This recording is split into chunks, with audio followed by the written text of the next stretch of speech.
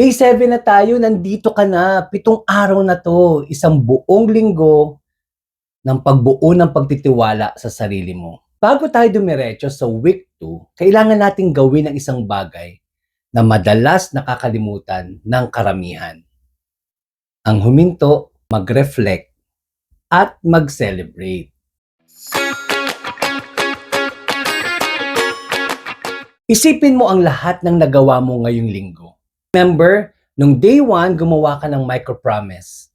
Nung day 2, nalaman mo ang minimal baseline mo. Nung day 3, tinanggal mo ang mga friction sa paligid mo. Tapos nung day 4, tinukoy mo ang core values mo. Nung day 5, inayos mo ang pakikipag-usap sa sarili mo. Tapos nung day 6, nag-set ka ng boundary sa sarili mo.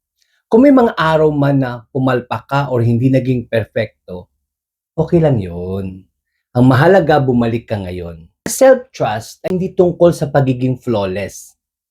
Ito ay tungkol sa hindi pagsuko sa sarili mo. Kaya ngayong day 7, ito ang challenge natin. Kumuha ka ng papel or mag-type ka sa notes app mo at sagutin ang 3 tanong na ito. Number 1, focus tayo sa win. Ano ang isang maliit na tagumpay na nagawa mo ngayong linggo na naging proud ka? Tapos yung number 2, ano ang isang bagay na naging mahirap?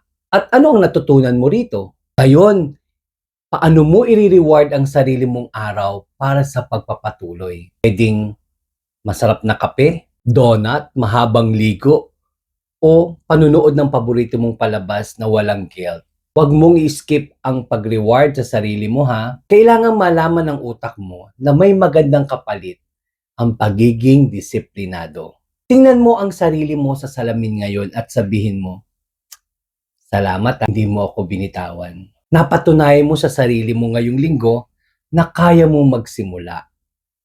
Sa darating na week 2, gagamitin natin ang momentum na to para basagin ang procrastination at ang mga alinlangan sa sarili mo. Kaya i-share mo sa comment ang iyong number 1 or winning, no? Para sa linggong ito. Gamitin natin ang comment section para mag-cheer sa isa't isa. Congratulations sa pagtapos ng week 1. Magpahinga ka ngayong na maayos. At magkita-kita tayo bukas sa simulaan ng week number 2. Kaya keep your promises. Alam mo, proud ako sa'yo.